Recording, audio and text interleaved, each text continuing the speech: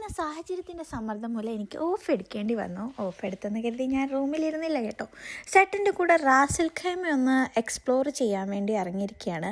പലതരത്തിലുള്ള കാഴ്ചകൾ ഈ റാസൽ ഖൈമയിലൂടെ കാണാൻ പറ്റും. കുറേ ബിൽഡിങ്സ് ഉള്ളത്, കുറേ മരുഭൂമി, അല്ലാത്ത ഏരിയ, അങ്ങനത്തെ ഏരിയ, എല്ലാ തരത്തിലുള്ള സ്ഥലങ്ങളും റാസൽ ഖൈമയിലൂടെ പോകുമ്പോൾ നമുക്ക് കാണാൻ പറ്റും.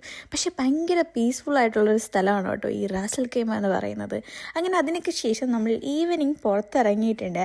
ഞാൻ നോർമലി ഡ്രാമസിലും മൂവീസിലും ഒക്കെ കണ്ടിട്ടുള്ളൂ കാർഡൊക്കെ തന്നിട്ട് പോയി ഇഷ്ടമുള്ളതൊക്കെ ഷോപ്പ് ചെയ്യാൻ പറയാം. അപ്പോൾ ഇന്ന് എനിക്ക് അങ്ങനെ ഒരു അവസരം കിട്ടിയിരിക്കുകയാണ്. കാർഡ് തന്നിട്ട് എന്നോട് പറഞ്ഞു പോയി ഷോപ്പ് ചെയ്തോളാൻ. ബട്ട് ഞാനങ്ങനെ കാര്യമായിട്ടൊന്നും ഷോപ്പ് ചെയ്തില്ല. കീക്കോലി കയറി 2 പ്രോഡക്ട്സ് മാത്രമേ വാങ്ങിയുള്ളൂ. ബട്ട് ഓക്കെ, ഇങ്ങനെയൊക്കെയാണല്ലോ നമ്മൾ പുതിയ പുതിയ കാര്യങ്ങൾ എക്സ്പീരിയൻസ് ചെയ്യുന്നത്.